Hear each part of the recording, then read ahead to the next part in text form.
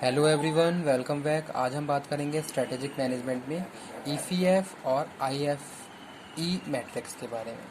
ठीक है, EFE and IFE matrix of strategic management. ठीक है, तो बात कर लेते हैं ईएफई।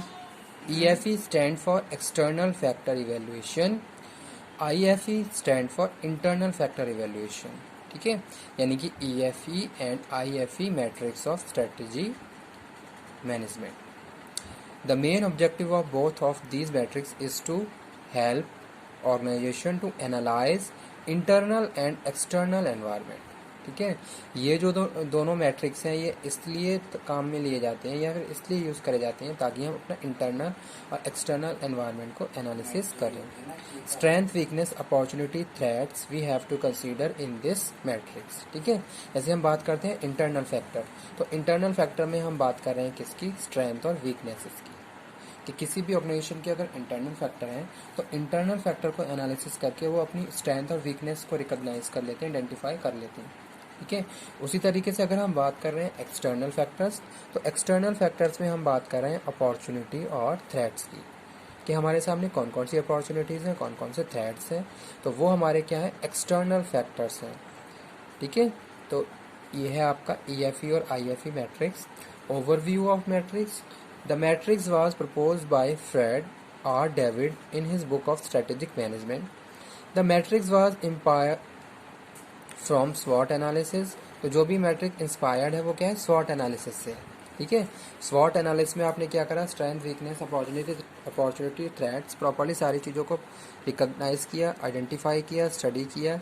जहाँ हम बात कर रहे हैं इन सारी चीज़ों की वेट की, रेटिंग की और स्कोर वेटेड की।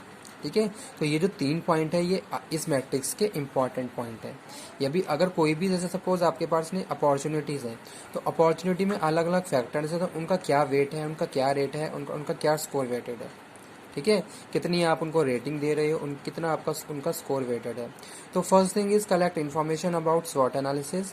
पहली चीज़ क्या करोगे, आप इन्फॉर्मेशन कलेक्ट कर लोगे किससे, स्वॉट एनालिसिस से। कि आपने क्या करा, स्वॉट एनालिसिस कर लिया। ठीक है, जब आपने स्वॉट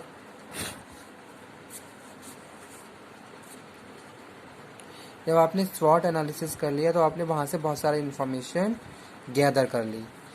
first thing is to collect information about स्वॉट एनालिसिस। असाइन वेट, फिर आप क्या करोगे, उस इन्फॉर्मेशन को असाइन करोगे वेट टू ईच इन्फॉर्मेशन, और जिसकी वैल्यू 0 से लेकर 1 तक होगी। ओवरऑल सम उसका 1 होना चाहिए। ठीक है, उसका जो ओवरऑल है वो 1 होना चाहिए। तो पहला पॉइंट यही है, assign weight to each information. Each information को आप वेट असाइन करोगे और जिसकी वैल्यू 0 से 1 तक होनी चाहिए और ओवरऑल सम उसका 1 होना चाहिए। After that rate of the information scale, फिर आप क्या करोगे, जो इन्फॉर्मेशन है उसको स्केलिंग करोगे। ठीक है, यानी कि जो भी इन्फॉर्मेशन है उसकी रेटिंग करोगे और रेटिंग का जो स्केल है वो क्या हुआ है, 1 से लेकर 4 तक होना चाहिए। तो ये वैल्यू साइन की गई हैं, बताई गई हैं, इन स्टैंडर्ड पे आपको काम करना है। ठीक है, तो उसके बाद क्या है, कैलकुलेट वेट स्कोर। ठीक है, उसको वेट, जो भी आपका वेट स्कोर है उसको कैलकुलेट करोगे। तो वो यहाँ पे जैसे एक एग्जांपल मैंने दे दिया कि कोई भी व्हीकल इंडस्ट्री है, ठीक है, कोई इलेक्ट्रिकल व्हीकल्स हैं, अब उनकी अपॉर्चुनिटीज़ के बारे में हम बात कर रहे हैं, अपॉर्चुनिटी और थ्रेट्स के बारे में। तो आपने क्या करा, पहले अपॉर्चुनिटी पे प्रॉपर्ली एनालिसिस करी। अपॉर्चुनिटी पे जो भी फैक्टर्स थे, जैसे इंपॉर्टेंट फैक्टर हैं, जैसे government new rules and regulation आए हैं, हाई मार्केट पोटेंशियल है, एक्सपेंडिंग न्यू मार्केट, ये सिचुएशन आपके साथ, अपॉर्चुनिटीज़ आपके सामने। अब इन अपॉर्चुनिटीज़ को आपने क्या करा, वेट करा, रेटिंग करा और वेट स्कोर कर लिया। ठीक है, वेट आपने जैसे इसको government new rules and regulation को 0.15 दिया, रेटिंग 2 दी और इसको मल्टीप्लाई कर दिया, 0.30 आ गया। इस तरीके से आप मार्केट शेयर में भी पोटेंशियल को भी रेटिंग करोगे, वेट करोगे, रेटिंग करोगे, तो वो यहाँ पे आपके निकल के आ गई वैल्यू। इसी तरीके से आप क्या करोगे, एक्सपेंडिंग न्यू मार्केट, तो यहाँ पे आपने वैल्यू पुट करी, इसको ये वैल्यू दी, इन्फॉर्मेशन के हिसाब से ये निकल के आई, फिर ये दी और फाइनली फिर आपने इसको क्या, इसका वेटेड स्कोर कर लिया। ठीक है, अब हम बात कर रहे हैं किसकी, अपॉर्चुनिटी और थ्रेट्स को कंपेयर कर लिया। इसी तरीके से आपने जब थ्रेट्स को किया तो इसकी क्या वैल्यू निकल के आई है और इसकी क्या वैल्यू निकल के आई है। ठीक है, यानी कि अपॉर्चुनिटी का वेटेड स्कोर कितना आया है और थ्रेट्स का वेटेड स्कोर कितना आया है, इस हिसाब से फिर आप क्या कर लेते हो, मार्केट के लिए डिसीजन मेकिंग करते हो कि कितनी अपॉर्चुनिटीज़ हैं उसका क्या रेट है और थ्रेट्स हैं तो उसका क्या रेट है। अगर अपॉर्चुनिटीज़ का सम ज़्यादा आ रहा है तो यानी कि आपके लिए अपॉर्चुनिटी क्या है, बेनिफिशियल है। अगर थ्रेट्स का आ रहा है तो यानी कि जो भी हम डिसीजन मेकिंग करेंगे इनके बेसिस पे ही करेंगे। ठीक है, तो वो यहाँ पे हमने बात करी किसकी, EFE और IFE मैट्रिक्स में। ठीक है, यानी कि जो भी हमारे जो मेन फैक्टर हैं, जो भी जैसे कि वेट, रेटिंग और स्कोर वेटेड, इनके बेसिस पे हम क्या करते हैं, फाइनल फिर डिसीजन मेकिंग को फर्दर प्रोसीड करते हैं।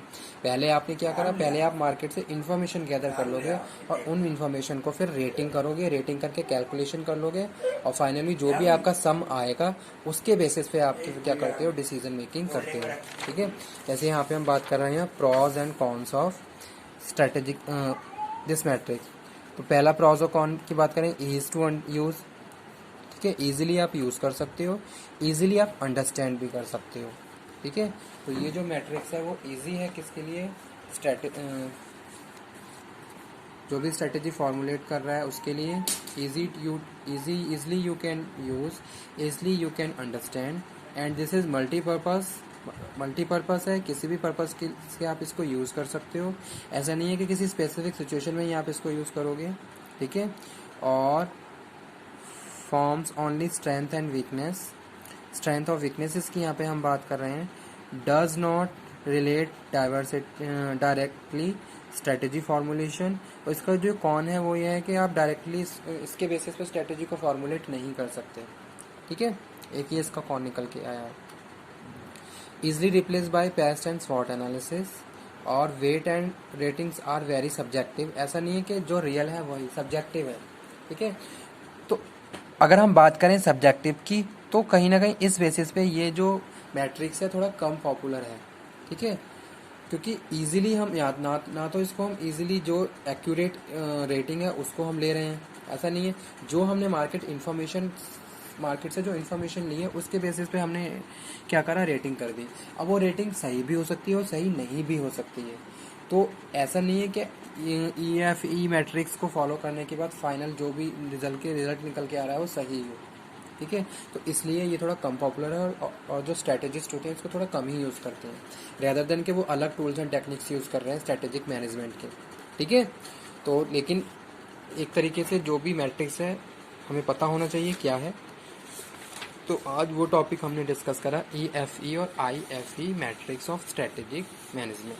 ठीक है, मेन जो फोकस है किस पे है, स्वॉट एनालिसिस पे है, जहां हम बात कर रहे हैं internal analysis, internal environmental scanning, और एक्सटर्नल एनालिसिस यानी कि external environmental scanning. Properly scanning करने के बाद एनवायरनमेंट आपने इन्फॉर्मेशन गैदर करी और उन इन्फॉर्मेशन की रेटिंग स्टार्ट कर दी, और रेटिंग करके कैलकुलेशन के बेसिस पे आप क्या कर रहे हो, फिर फर्दर डिसीजन फाइंड आउट कर रहे हो। ठीक है, तो वो यहाँ हम बात कर रहे हैं स्ट्रेटेजिक मैनेजमेंट में EFE और IFE मैट्रिक्स के बारे में। Okay, thank you very much.